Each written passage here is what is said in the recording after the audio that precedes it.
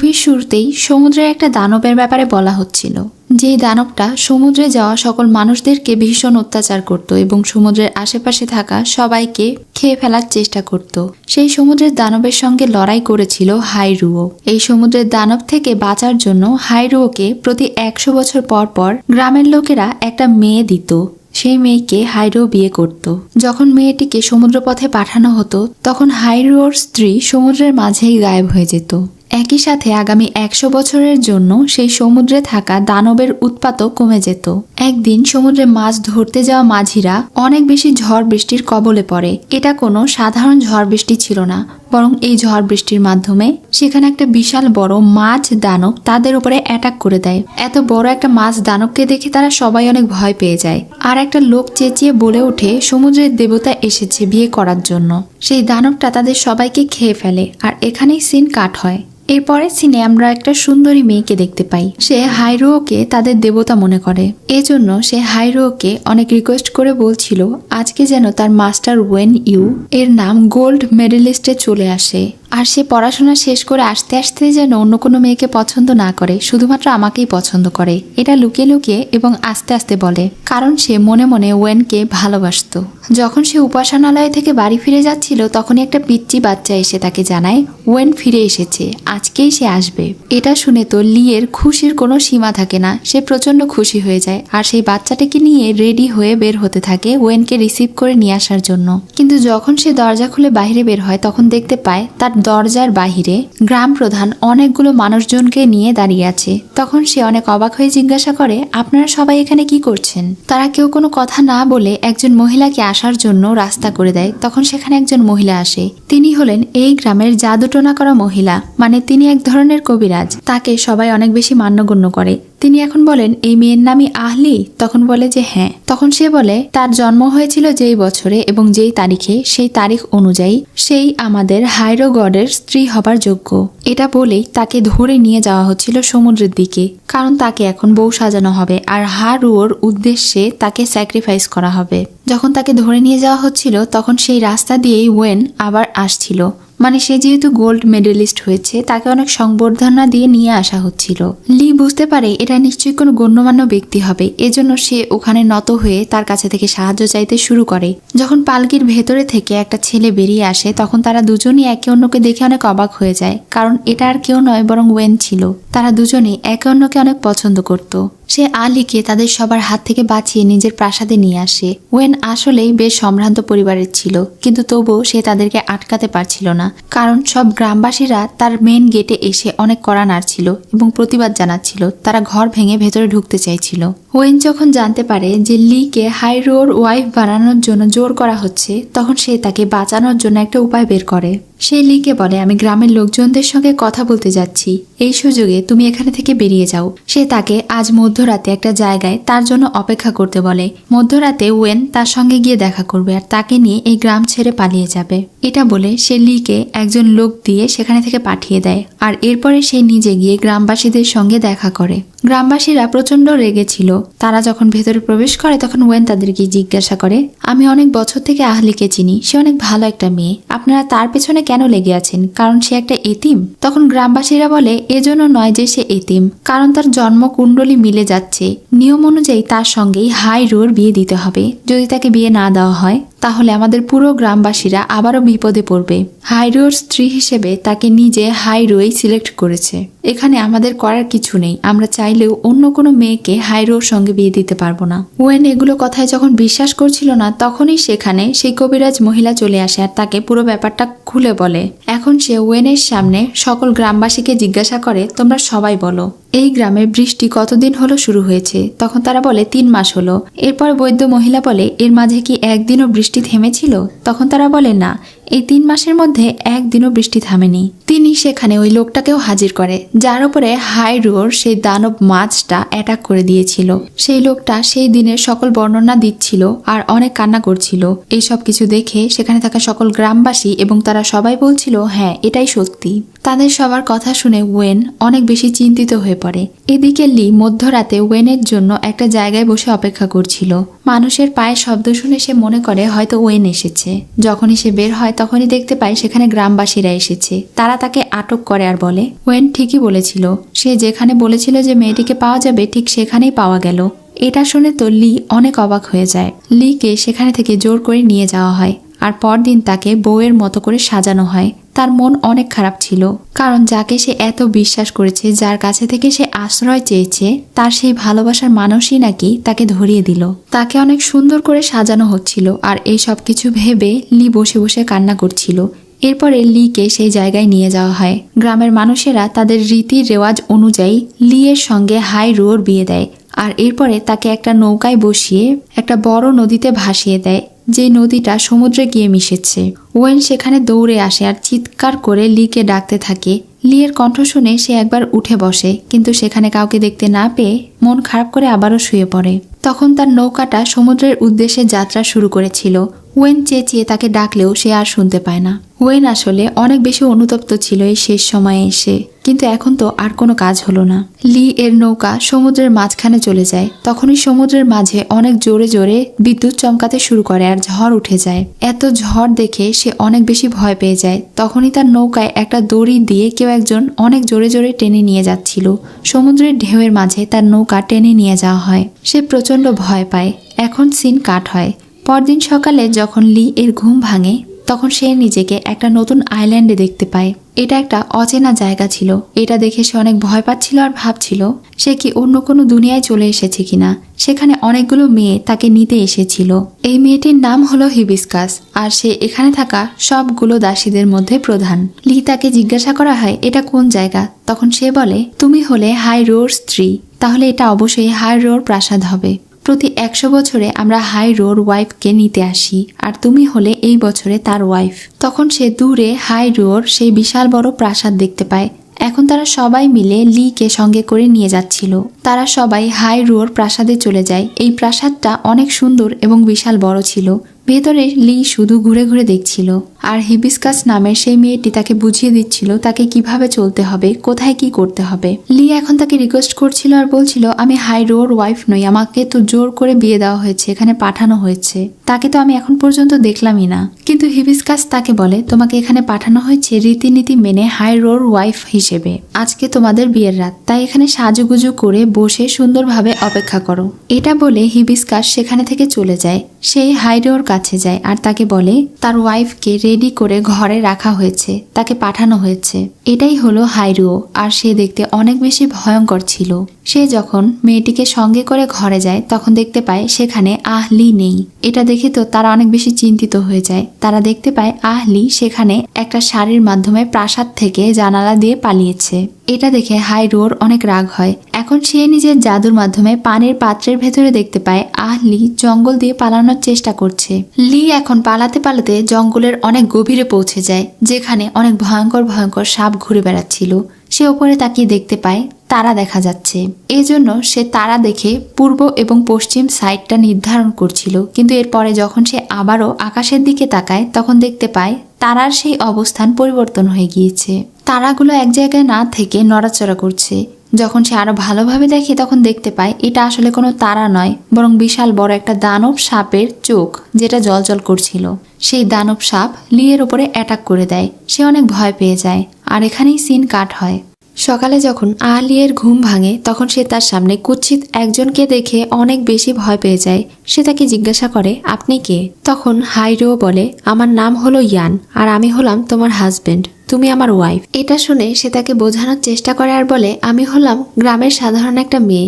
গ্রামের লোকের আমাকে ফাঁসিয়ে এই অদ্ভুত দেখতে জায়গায় পাঠিয়েছে, কিন্তু আমার মনে হয় আপনার কোনো একটা ভুল বোঝাবুঝি হচ্ছে।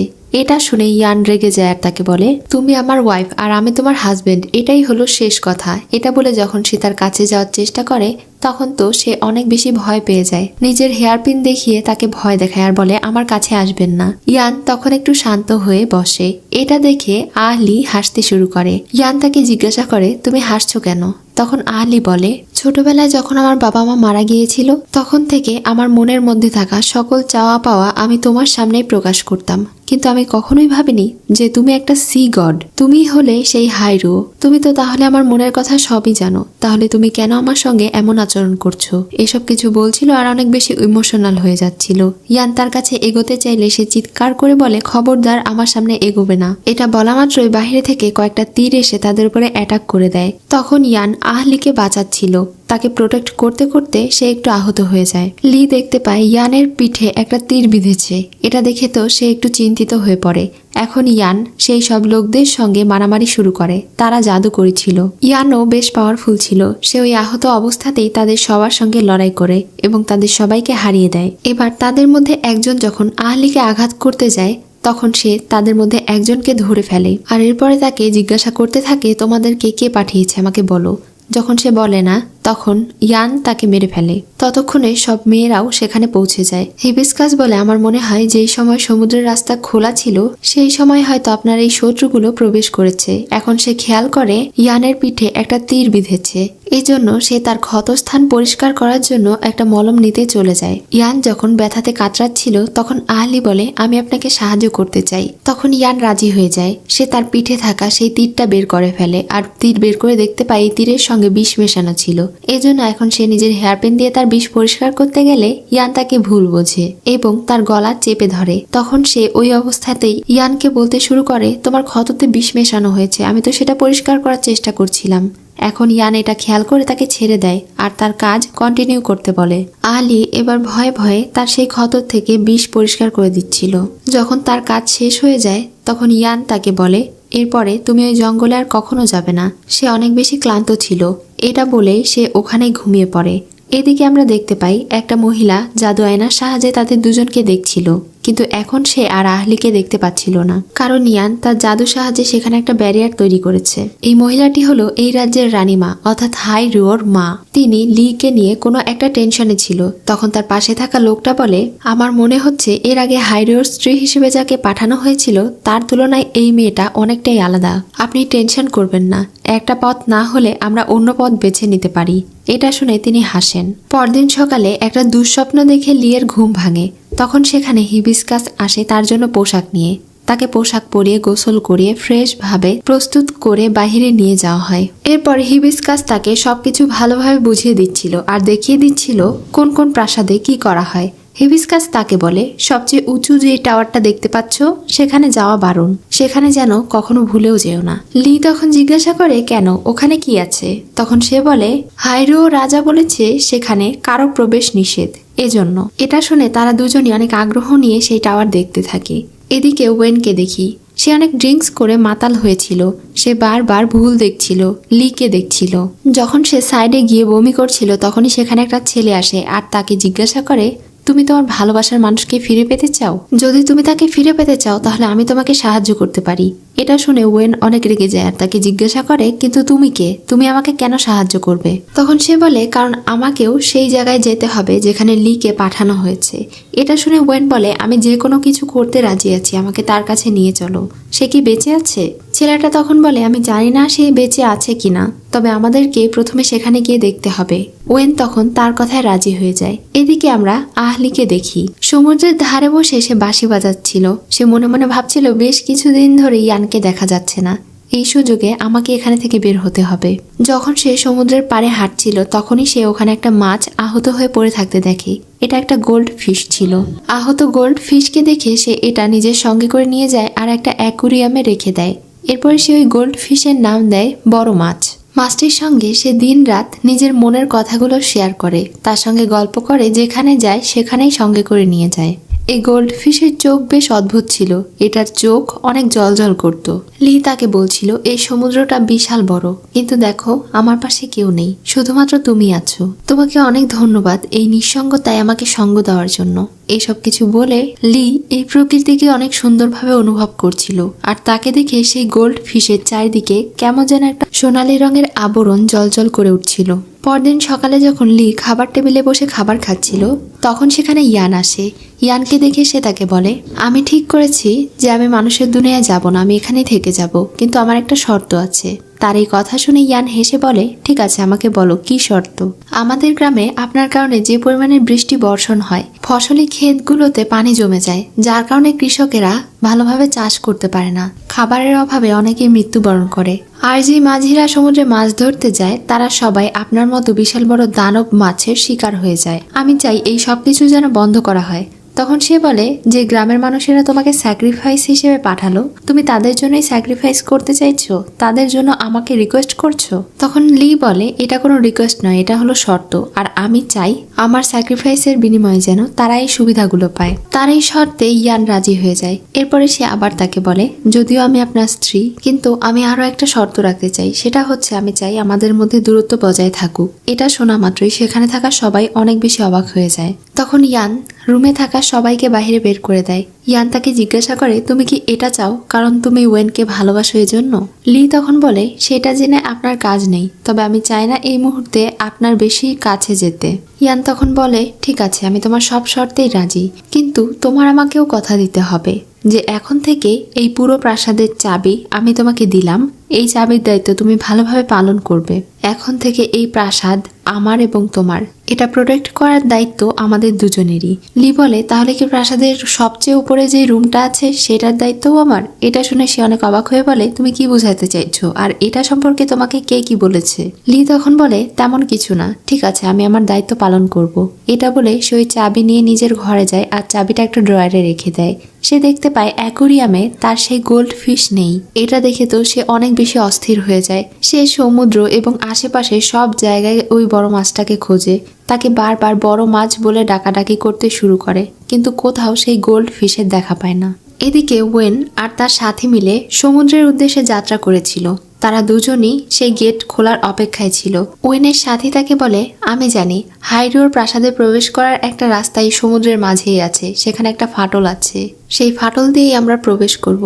এটা শুনে সে অনেক অবাক হয়ে সামনের দিকে তাকায়, যেখানে শুধুমাত্র কুয়াশা দিয়ে ঢাকা ছিল। এদিকে বউ সেজে থাকা একটা মেয়েকে দেখি, যার পিছু পিছু ইয়ান যাচ্ছিল। সে ভয়ে এখানে ওখানে লুকোয় একটা আলমারির ভেতরে যায়, কিন্তু ইয়ান তাকে টেনে হিচড়ে সেখানে থেকে বের করে। এই ভয়ঙ্কর স্বপ্ন দেখে লিয়ের ঘুম ভেঙে যায়। ঘুম ভেঙে যখন সে আয়নার সামনে যায় তখন পেছনে ঘুরে খেয়াল করে সেই আলমারি তো তার ঘরেই আছে। যখন সে কৌতূহল বশত আলমারিটা খুলে দেখে তখন দেখতে পায় এই আলমারির ভেতরে সেই আঁচড়ের দাগগুলো আছে, যেই আঁচড়ের দাগ সে তার স্বপ্নে দেখেছিল। এটা দেখে তো সে ভীষণ ভয় পেয়ে যায় আর সোজা হিবিস্কাসের কাছে যায় আর তাকে দেখানোর জন্য সেই আলমারিটা খোলে, কিন্তু আলমারি খুলে এবার সে দেখতে পায় সেই আলমারিতে থাকা আঁচড়ের দাগগুলো আর নেই। এটা দেখে তো সে ভীষণ অবাক হয়ে যায়। এই জন্য সেই দিন বিকেলে ইয়ানের দেওয়া সেই চাবিটা নিয়ে সবচেয়ে ওপরের টেম্পলে যায়। সেখানে চাবি দিয়ে সে টেম্পলটা খোলার চেষ্টা করে, কিন্তু তখনই সেখানে কিছু মেয়ে চলে আসে আর জিজ্ঞাসা করে, আপনি এখানে কি করছেন? লি তখন বলে, আমি এখানে ঘুরতে এসেছিলাম। এটা বলে সে ওর ভেতরে যে চাবিটা প্রবেশ করেছিল অনেক দ্রুত সেটা বের করতে শুরু করে। তাকে গোসল করানোর সময় হয়ে গিয়েছিল, এজন্য সেই দাসীরা তাকে সঙ্গে করে নিয়ে যায় আর সেখানে নিয়ে গিয়ে সুন্দরভাবে তার চুলে সুগন্ধি মেখে দিচ্ছিল আর তাকে বলছিল, আমাদের মনে হয় ইয়ান রাজার আপনাকে খুবই পছন্দ। এসব কথাবার্তা বলার পরে দাসীরা সেখানে থেকে চলে যায়। এখন লি একা একাই সেখানে গোসল করার জন্য নামে।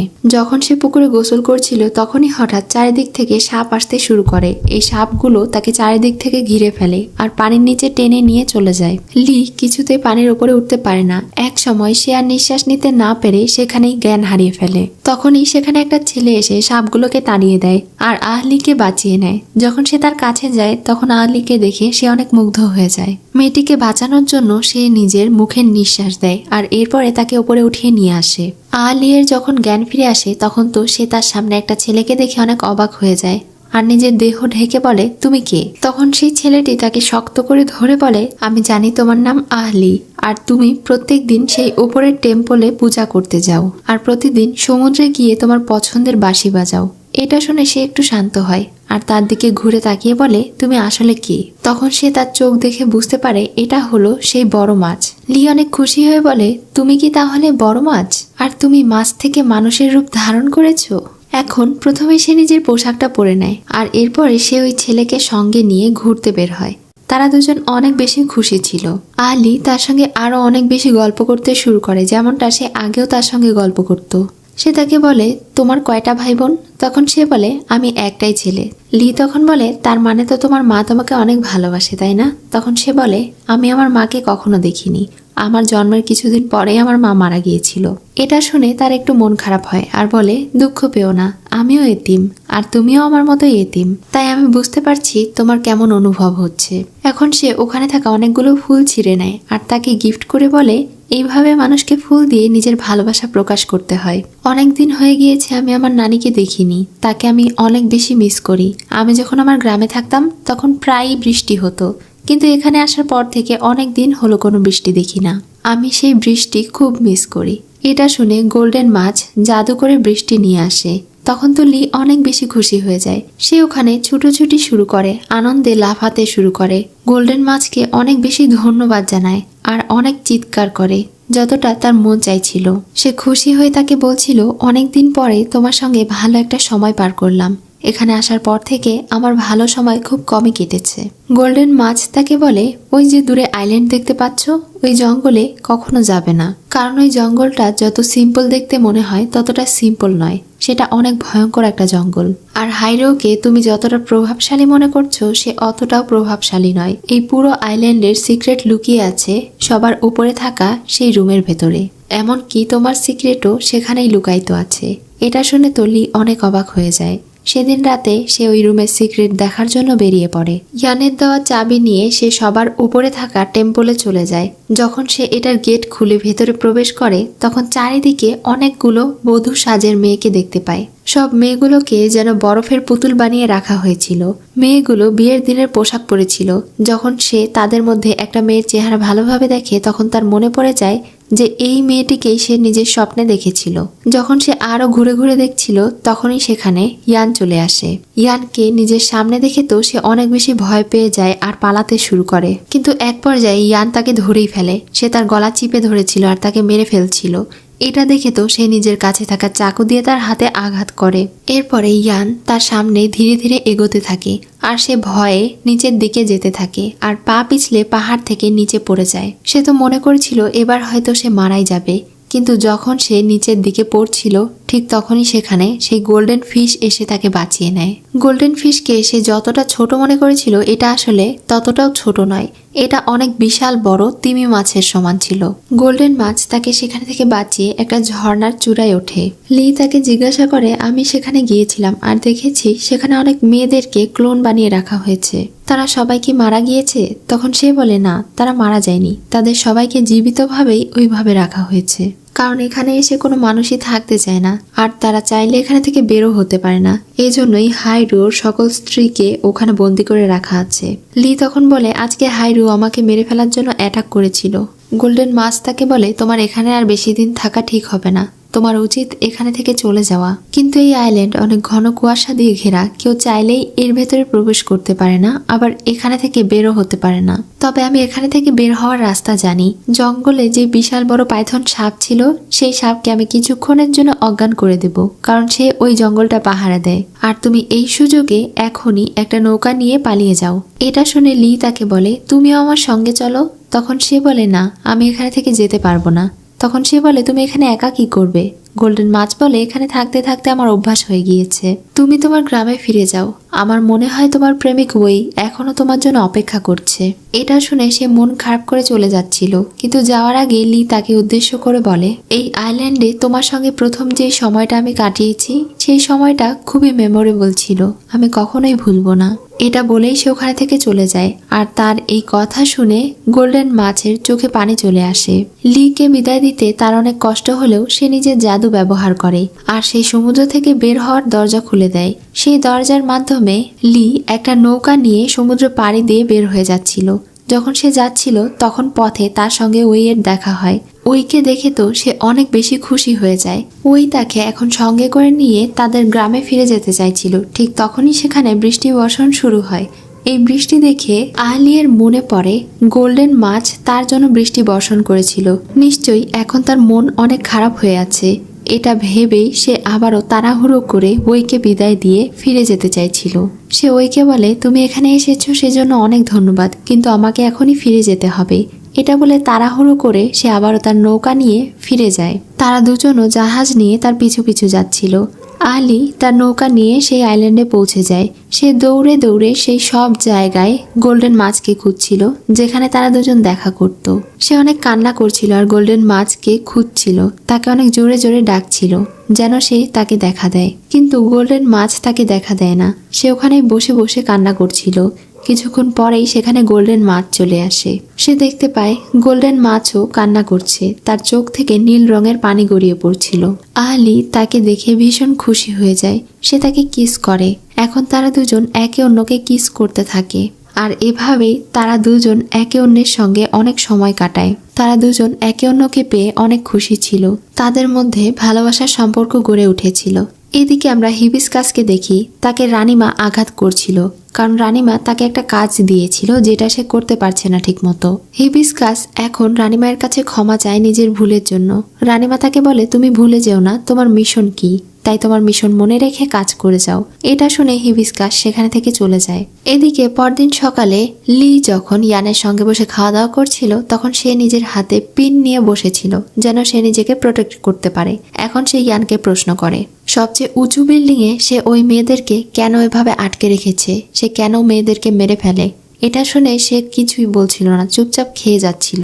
তখন সে আবারও জিজ্ঞাসা করে, তুমি গতরাতে কেন আমাকে মেরে ফেলতে চেয়েছিলে, আমাকে কেন পাহাড় থেকে নিচে ফেলে দিয়েছিলে।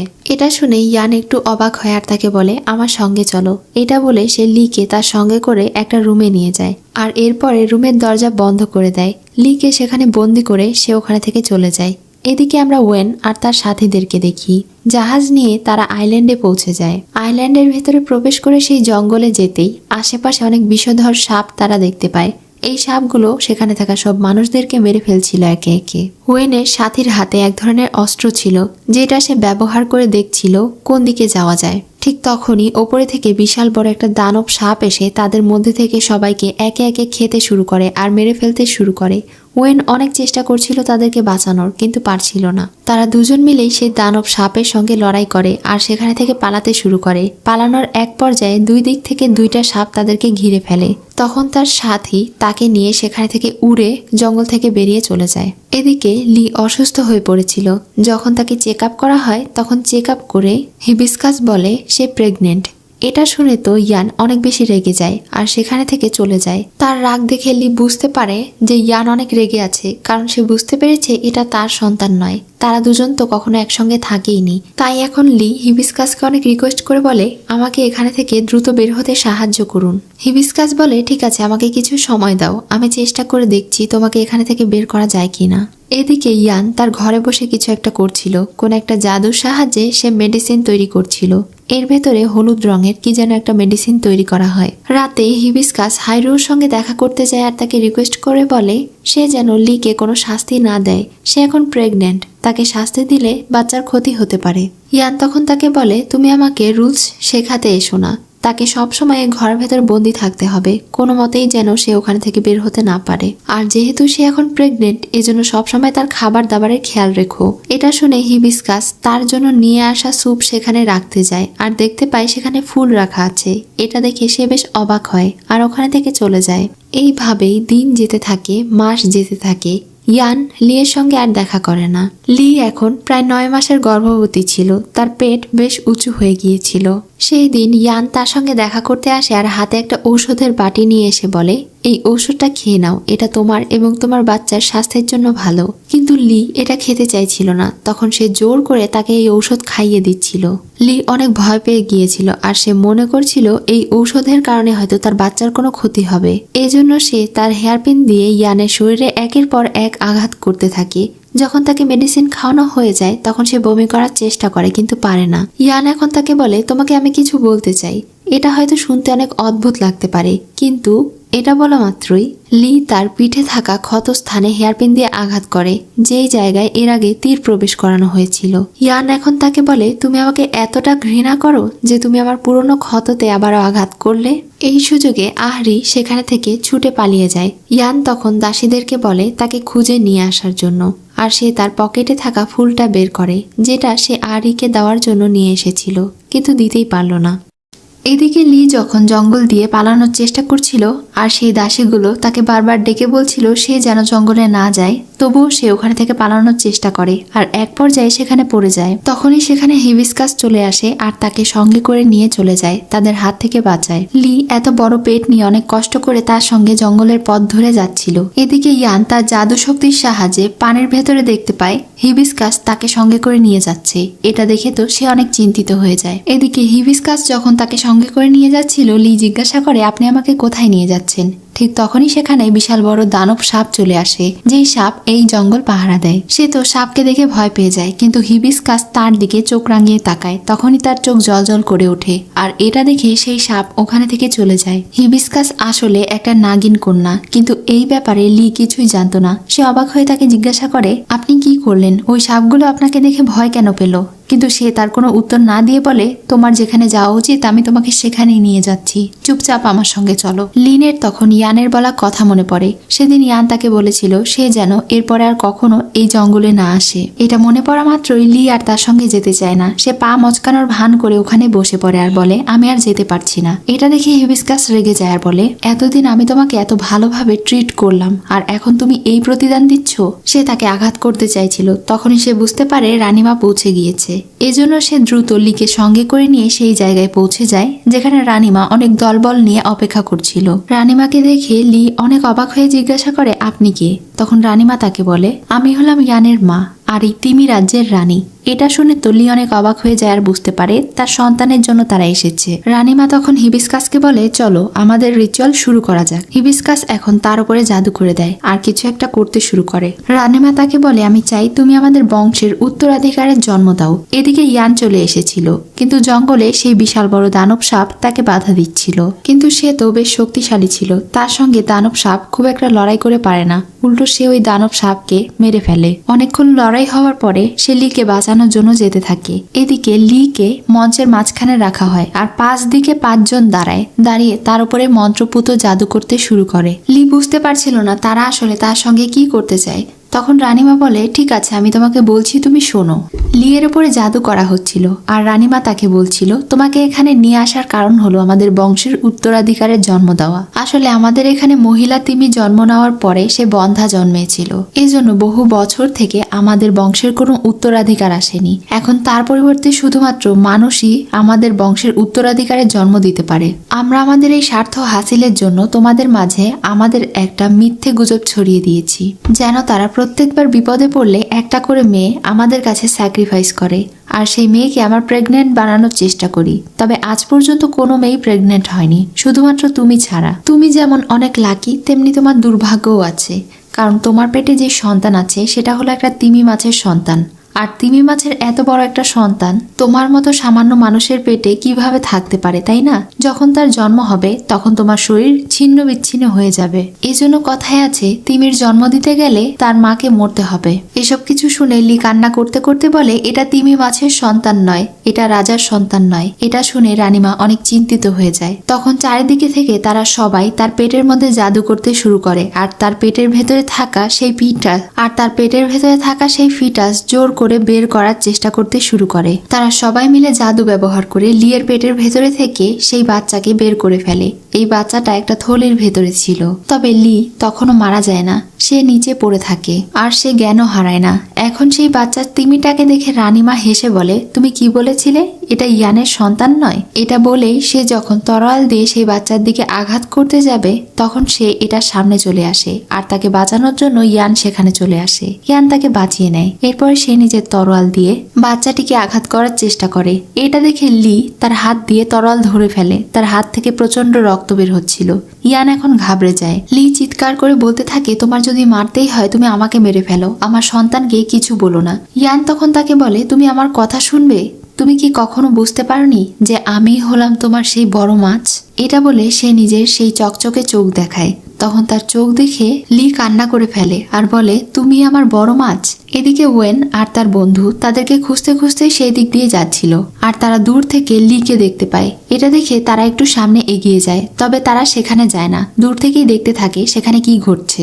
লি এখন ইয়ানকে বলে, তুমি আমাকে এতদিন কেন বলনি যে তুমি আমার বড় মাছ?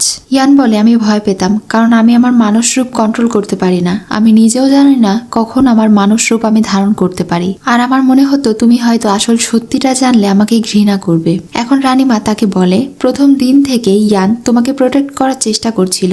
আমি তোমার উপরে নজর রাখবো জন্য সে তোমার চারিদিকে ব্যারিয়ার সৃষ্টি করেছিল। এমনকি সে তোমাকে ইচ্ছে করে ওই উপরের গোপন কক্ষের চাবিটা দিয়েছিল, যেন তুমি নিজে থেকে ওই গোপন কক্ষের ব্যাপারে সত্যিটা জানতে পারো আর এখানে থেকে ভয়ে পালিয়ে যেতে পারো। শুধু তাই নয়, সে যখন জানতে পারলো তুমি প্রেগনেন্ট, তখন তোমাকে সে একটা ঘরের মধ্যে বন্দি করে চারিদিকে ব্যারিয়ার সৃষ্টি করেছিল। শত বছর ধরে এখানে অনেকগুলো মেয়েকে পাঠানো হয়েছে, কিন্তু ইয়ান এখন পর্যন্ত কোনো মেয়েকেই পছন্দ করেনি আর কারো প্রতি আকর্ষণ বোধ করেনি। তবে তুমি অনেক লাকি যে তোমাকে সে এতটা পছন্দ করে। এসব কিছু শুনে লি অনেক অবাক হয়ে যায়। ঠিক তখনই তার শরীরে কেমন যেন হতে শুরু করে আর সে অনেক বেশি দুর্বল হয়ে পড়তে শুরু করে। তখন রানীমা সেই বাচ্চার ফিটাসটাকে নিয়ে নেয় আর তাদেরকে বলে, লি এর বাচ্চা জন্ম দেওয়ার কাজ শেষ, এখন সে পুরোপুরি ভ্যানিশ হয়ে যাবে। এটা শুনে লি কান্না করতে করতে ইয়ানকে বলে, আমাদের ছেলের নাম রেখো জিয়াও, তবে আমার কোনো আফসোস নেই, কারণ এটা আমাদের সন্তান। এরপরে তুমি অনেক ভালো থেকো। এটা বলে যখন সে কান্না করছিল, তখন ইয়ানও তার দিকে তাকিয়ে কান্না করছিল। তখনই হঠাৎ করে তাদের দুজনের শরীর থেকেই গোল্ডেন আভা বের হতে শুরু করে। তারা দুজনই চিৎকার দিয়ে ওঠে। দূরে দাঁড়িয়ে থাকা ওয়েন এটা দেখে মনে করে লি হয়তো মারা যাবে, এজন্য সে ওখানে যাওয়ার জন্য অস্থির হয়ে ওঠে। কিন্তু তার বন্ধু তাকে বাধা দিয়ে বলে, ওই রাজা হচ্ছে হাফ বিস্ট, সে এখন মানুষের রূপ ধারণ করছে। তারা সেখানে সবাই স্থিরভাবে দাঁড়িয়ে এসব কিছু দেখতে থাকে। ইয়ান এখন আবারও তার মানুষের রূপ ধারণ করে। তার মানুষের রূপ ধারণ করার পরে লি এর কিছুই হয় না, লি বেঁচে যায়। এটা দেখে রানীমা অবাক হয়ে বলে, ইয়ান কি তাহলে লিকে তার নিজের সমস্ত সোল খাইয়ে দিয়েছে? মানে আজকে সকালে ইয়ান জোর করে লিকে যে গোল্ডেন রঙের ড্রিঙ্কস খাইয়েছিল, সেটা আসলে তার জাদুকরী সোল ছিল। সে নিজের পাওয়ারের অর্ধেকটা লিকে খাইয়ে দিয়েছে, যেন সে এই বাচ্চা জন্ম দিতে গিয়ে মারা না যায়। এসব কিছু শুনে তো লি অনেক অবাক হয়ে যায়। তখনই হিবিস্কাস তাদের উপরে অ্যাটাক করে দেয়, কিন্তু ইয়ান তাকে ফেলে দেয়। যখন সে তাকে ফেলে দিচ্ছিল, তখনই তার হাতে ক্ষতস্থান দেখে লি অনেক অবাক হয়ে তাকে বলে, তোমার হাতের এখানে ক্ষত কেন? তখন হিবিস্কাস বলে, তুমি ঠিকই ধরেছ, সেই দিন পাহাড় থেকে আর কেউ নয়, বরং আমি ইয়ানের রূপ ধরে তোমাকে ধাক্কা দিয়ে ফেলে দিয়েছিলাম। এমনকি তোমাকে সেদিন পানিতে যেই সাপগুলো অ্যাটাক করেছিল, ওইটাও আমারই প্ল্যান ছিল। তোমার চুলে সুগন্ধি যেই তেল মাখানো হয়েছিল, সেটা সাগরের সাপেদের ফেভারিট গন্ধ ছিল। লি তখন অবাক হয়ে জিজ্ঞাসা করে, কিন্তু তুমি আমার সঙ্গে এসব কেন করলে? তখন হিবিস্কাস কান্না করে বলে, আমি কেন এসব করব না, কারণ আমি ইয়ানের আসল স্ত্রী। আমি হলাম তার প্রথম স্ত্রী। আমি 600 বছর থেকে তার জন্য অপেক্ষা করছি, কিন্তু সে আমাকে কখনো ভালোবাসেনি। তুমি কি তোমার চোখের সামনে তোমার ভালোবাসার মানুষকে অন্য কারো হয়ে যেতে দেখতে পারবে? তুমি আসার পর থেকে আমারও ঠিক এমনটাই অনুভব হয়েছে, কারণ তুমি আসার পর থেকে সে তোমার হয়ে গিয়েছে, যেটা আমি সহ্য করতে পারিনি। তাই আজ আমি তোমাকে মেরেই ফেলবো। এটা বলে সে যখন তাদের উপরে আবারও অ্যাটাক করতে যায় এবং লিকে মারতে যায়, তখন ইয়ান তাকে প্রোটেক্ট করে আর হিবিস্কাসকে সে আঘাত করে ওখানে ফেলে দেয়। রানীমা এখন ইয়ানের উপরে আঘাত করে। রানীমায়ের যেহেতু এখন উদ্দেশ্য পূরণ হয়ে গিয়েছে, এজন্য রানীমা এখন তার লোকদেরকে বলে ইয়ানের উপরে আঘাত করতে আর তাকে হারিয়ে দিতে। রানীমায়ের হুকুমে রাজ্যের সকল সৈনিক তার উপরে অ্যাটাক করে দেয়। সে তখন লিকে দূরে সরিয়ে দেয় আর তাদের সঙ্গে লড়াই করতে শুরু করে। এদিকে ওয়েন এসে লিকে তার সঙ্গে যেতে বলে, কিন্তু লি যেতে চাইছিল না। তখনই হিবিস্কাস তাদের উপরে অ্যাটাক করে দিলে ওয়েন তার সামনে চলে আসে আর তার পেটের ভেতরে চাকু ঢুকে যায়। ওয়েন অনেক বেশি আহত হয়ে যায়। তখনই তার বন্ধু এসে হিবিস্কাসের সঙ্গে লড়াই করতে শুরু করে। লি ওয়েনের কাছে যায়। সে অনেক কান্না করতে থাকে আর ওয়েনকে বলে, জেগে ওঠো, তুমি কেন এমনটা করলে? তুমি কেন আমার জন্য নিজের প্রাণ দিলে? এসব কিছু বলছিল আর কান্না করছিল। এদিকে ইয়ান তাদের সবার সঙ্গে অনেক লড়াই করছিল। লড়াই করে সে ধীরে ধীরে তাদের সবাইকে হারিয়ে দিচ্ছিল। এক পর্যায়ে তার মা তার সঙ্গে লড়াই করতে শুরু করে। এখানে আমরা জানতে পারি এটা আসলে তার আসল মা নয়, বরং এটা তার সৎ মা। তার আর তার মায়ের মধ্যে অনেক হাড্ডাহাড্ডি লড়াই চলতে থাকে। তারা দুজনই প্রায় সমানে সমানে লড়াই করছিল। এদিকে সাঞ্চা যখন আবারও লিকে মারার চেষ্টা করে, তখনই দূর থেকে এটা দেখে ইয়ান তাকে আটকায় আর সেই ছেলেটা তার বুকের ভেতরে চাকু ঢুকিয়ে দেয়, ওখানেই মারা যায় আর তার দেহ ভ্যানিশ হয়ে যায়। এদিকে রাজ্যের সব পাওয়ারফুল লোকেরা যখন ইয়ানের সঙ্গে লড়াই করতে শুরু করে তখন সে অনেকটা জব্দ হয়ে যায়, তাদের সঙ্গে সে লড়াই করে পারছিল না। তার সৎ মা এখন তার কাছে তার ছেলের ফিটাস নিয়ে আসে আর তাকে দেখিয়ে বলে, দেখো এটা তোমার বাচ্চাকে দেখছো তো, এই বাচ্চা এবার তোমার ভাগ্যই রিপিট করবে। এটা বলে সে ওখানে থেকে চলে যায়। তার সৎ মায়ের এই কথা শুনে ইয়ান প্রচন্ড রেগে যায়। এদিকে লি যখন ইয়ানের খারাপ অবস্থা দেখে তখন সে ওয়েনকে ওখানেই ফেলে রেখে চলে আসে, কিন্তু রানীমা তাকে আঘাত করে। লি অনেক আহত হয়ে ইয়ানের দিকে এগোতে থাকে, সে কিছুতেই ইয়ানের কাছাকাছি যেতে পারছিল না। এটা দেখে তার মা লি এর ভেতরে থাকা ইয়ানের সমস্ত পাওয়ারগুলো শুষে নিতে শুরু করে। এটা দেখে তো ইয়ান প্রচন্ড রেগে যাচ্ছিল, কিন্তু সে কিছুই করতে পারছিল না। তাদেরকে সাহায্য করার জন্য সেই ছেলেটা এগিয়ে আসে, কিন্তু সেই লোকগুলো ছেলেটিকেও আঘাত করে বসে। তার হাতে একটা জাদুর অস্ত্র ছিল, এই অস্ত্র সে কিছুতেই চালু করতে পারছিল না। তখনই তার মুখ থেকে রক্ত বের হয় আর সেই অস্ত্র চালু হয়ে যায়। এই অস্ত্রটা ইয়ানকে অনেক বেশি পাওয়ারফুল করে দেয়, যেন এটা ইয়ানেরই কোনো অস্ত্র। রানীমা সেখানে দুর্বল হয়ে যায়, যার কারণে সে লিকে ছেড়ে দেয়। আর ইয়ান এতটা পাওয়ারফুল হয়ে যায় যে ওই অস্ত্রের সাহায্যে সেখানে বিশাল বড় একটা বিস্ফোরণ ঘটে আর আমাদের মানুষ ইয়ান পরিণত হয় বিশাল বড় তিমিতে। সে উঠছিল। এটা দেখে তো সেখানে থাকা সবাই অনেক অবাক হয়ে বলে, এটা তো আমাদের প্রিন্স। তাহলে কি রানীমা এতদিন আমাদেরকে মিথ্যে কথা বলেছে? এটা এমন একটা শক্তি যেটা আমাদের ক্ল্যানের সত্যিকারের প্রিন্স একমাত্র করতে পারবে। তাহলে কি রানীমা সত্যি সত্যি মিথ্যে বলল? এসব কিছু বলার পরেও রানীমায়ের সঙ্গে মিলে তারা আবারও ইয়ানের সঙ্গে লড়াই করার চেষ্টা করে, কিন্তু ইয়ান এক ঝটকাতেই তাদের সবাইকে সেখানে ফেলে দেয়। তারা সবাই এখন বেশ ভালো রকমের আহত হয়ে যায়, বিশেষ করে রানীমা। এখন ইয়ান আবারও তার মানুষের রূপে ফিরে আসে। তাকে সুস্থ দেখে লি অনেক খুশি হয়ে যায়। সবার প্রথমে সে লি এর কাছে যায় আর তাকে উঠায়। এরপরে সে তার মায়ের সামনে গিয়ে তাদের সবার সামনে বলতে শুরু করে, যেই দিন আমার বিয়ে হয়েছিল সেই দিন এই তীরের সাহায্যে আমাকে যে আঘাত করেছিল সেটা আর কেউ নয় বরং তোমারই লোক। রানীমা তখন অস্বীকার করে বলে, আমি কেন তোমার সঙ্গে এসব কিছু করব? তখন ইয়ান বলে, কারণ আমি তো তোমার আসল ছেলে না, এজন্য তুমি ছোটবেলা থেকে আমার আত্মা সিল করে রেখেছো যেন আমি আমার আসল রূপে আসতে না পারি। কিন্তু এখন আমার আত্মা পুরোপুরি জাগ্রত হয়ে গেছে, এখন আমি আবারও আগের মতো পাওয়ারফুল হয়ে গেছি। এতদিন আমি তোমার অত্যাচার অনেক সহ্য করেছি, তোমাকে মা মনে করে আমি কিছুই বলিনি, কিন্তু এখন তুমি আমার সঙ্গে যা করেছো তা আমি কখনোই মেনে নেব না। আমার সঙ্গে যা করেছো করেছো, কিন্তু আমার ভালোবাসার মানুষকে তুমি আঘাত করেছো, এমনকি আমার ছেলেরও ভবিষ্যৎ নষ্ট করার প্ল্যান তুমি করেছো। এইসব কিছু আমি আর সহ্য করব না। সেখানে থাকা সবাই যখন বুঝতে পারলো এটাই তাদের আসল প্রিন্স, রানীমা এতদিন তাদেরকে ধোঁকা দিয়েছিল, এটা দেখে রাজ্যের সবাই এখন তাকে কুর্নিশ করে আর তাকে রাজা বলে মান্য করে। এখন আর তারা রানীমায়ের কথা শুনবে না। এটা দেখে রানীমাও তার সামনে নত হয় আর হাসতে থাকে। লি রানীমাকে বলে, আমাদের ছেলেকে ফিরিয়ে দাও। তখন রানীমা তাদের ছেলেকে ফিরিয়ে দেয়। এটা নিয়ে তো তারা অনেক বেশি খুশি ছিল। ইয়ান এখন তাদের সবাইকে বলে রানীমাকে যেন জেলখানায় নিয়ে গিয়ে বন্দি করা হয় আর সেখানে তার ভালো যত্ন আদি করা হয়।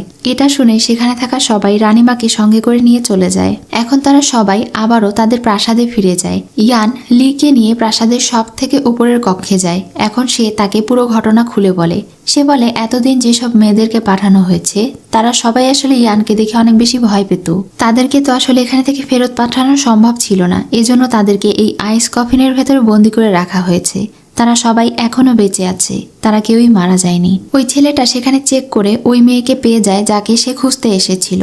এখন ইয়ান তাকে বলে, তোমার হাতে থাকা সেই অস্ত্রটা আমাকে দেখাও তো। যখন সে তার সামনে অস্ত্রটা ধরে দেখায় তখন বলে, এটা তো অনেক আদিম অস্ত্র, এটার সাহায্যে যে কোনো ডিমনের তৈরি করা স্পেল নষ্ট করা যায়। এজন্যই আমার সৎমা আমার উপরে যেই সিল লাগিয়েছিল এবং ছোটবেলা থেকে আমার সমস্ত শক্তি সিল করে রেখেছিল, সেই সবকিছু এই অস্ত্রের মাধ্যমে ভেঙে গিয়েছে আর আমি আবারও পূর্বের ন্যায় ফিরে এসেছি। আর এটাকে চালু করার জন্য মানুষের রক্তের প্রয়োজন। এটা বলে সে ওই ছেলের হাত কেটে রক্ত বের করে ওই অস্ত্রের উপরে ফেলে, যার ফলে সেখানে থাকা সমস্ত কফিন ভেঙে যায় আর কফিনের ভেতরে থাকা সুন্দরী মেয়েগুলো বেরিয়ে আসে। মেয়েগুলো বের হয়ে লিকে দেখে একটু শান্ত হয়, কারণ সেও একটা মানুষ। এখানে ওই ছেলেটা এখন মেয়েটির কাছে যায় আর তাকে একটা ছবি দেখিয়ে বলে, এটা হলো তোমার মাস্টার। তিনি যদিও মারা গেছেন কিন্তু তিনি তার কথা রেখেছেন। তিনি আমাকে বলেছেন আমি যেন তোমাকে যেভাবেই হোক খুঁজে বের করি এবং সুরক্ষিতভাবে তোমাকে ফিরিয়ে নিয়ে যাই। আমি আমার কথা রেখেছি। এটা শুনে মেয়েটি অনেক খুশি হয়ে যায়। এখন সেই ছেলেটি তার সঙ্গে করে সবগুলো মেয়েকে নিয়ে গ্রামে যাওয়ার উদ্দেশ্যে রওনা হয়। দূর থেকে তারা দুজন মিলে তাদের সবাইকে এখন বিদায় দিয়ে দেয়। লি সারা জীবনের জন্য ইয়ানের সঙ্গে থেকে যায়। ওয়েনের কবরের সামনে যেয়ে লি সম্মান জানাচ্ছিল, কারণ ওই তার জন্য নিজের জীবন দিয়ে ফেলেছে। সে মারা যাওয়ার আগে প্রকাশ করেছে সে লিকে কতটা ভালোবাসতো, আর তার ভুল বোঝাবুঝির জন্যই আজ লি এমন পর্যায়ে এসেছে এবং এমন বিপদে পড়েছে। কিন্তু তবুও সে তাকে অনেক ভালোবাসে। এসব কিছু বলতে বলতেই সে মারা যায় আর লি অনেক কান্না করে। ইয়ান সেখানে এক গোছা ফুল নিয়ে আসে আর লিকে গিফট করে। লি সেই ফুলটা ইয়ানের কবরের সামনে রেখে দেয়। ইয়ান এখন লিয়ের হাত ধরে বলে, আমি তোমাকে কখনো বাধা দেব না, তুমি স্বাধীন, তুমি যেখানে ইচ্ছে যেতে পারো, তুমি চাইলে তোমার গ্রামেও যেতে পারো। এটা শুনে তো সে অনেক খুশি হয়ে যায়। তারা দুজন দৌড়ে সামনে যায়। ইয়ান সমুদ্রে ঝাঁপ দেয় আর বিশাল বড় একটা তিমির আকার ধারণ করে। লি এটা দেখে ভীষণ খুশি হয়ে যায়। ইয়ান এখন তার পিঠে করে লিকে নিয়ে পুরো আকাশ ঘুরে বেড়ায় আর লি অনেক এনজয় করে। এভাবেই সুখে শান্তিতে তাদের জীবন অতিবাহিত হতে থাকে। এভাবেই হ্যাপি এন্ডিং এর সঙ্গে এই মুভির কাহিনী শেষ হয়ে যায়। সো ভিউয়ার্স, তোমাদের এই মুভিটি কেমন লাগলো তা অবশ্যই কমেন্টে জানিও। আর এমনই আরো সুন্দর সুন্দর মুভি পেতে অবশ্যই আমার চ্যানেলে সাবস্ক্রাইব করে রেখো।